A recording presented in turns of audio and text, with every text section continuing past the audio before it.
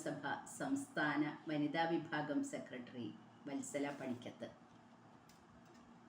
കേരളത്തിൽ കോഴിക്കോട് കശ്യപാശ്രമം കേന്ദ്രീകരിച്ച് പ്രവർത്തിക്കുന്ന വേദപുഷ്പം എന്ന വേദപഠന ക്ലാസ് കേരളത്തിനകത്തും പുറത്തുമുള്ള ഒട്ടനവധി വ്യക്തികൾക്ക് പ്രയോജനമാവും വിധം സനാതന ധർമ്മത്തെ സംരക്ഷിച്ച് വേദപഠനം മുന്നോട്ട് കൊണ്ടുപോകാൻ ഇതിൻ്റെ പ്രവർത്തകർക്കും ബഹുമാനപ്പെട്ട ആചാര്യ ശ്രീ രാജേഷ് ജിക്കും സാധിക്കട്ടെ എന്ന് ആത്മാർത്ഥമായി പ്രാർത്ഥിക്കുന്നു.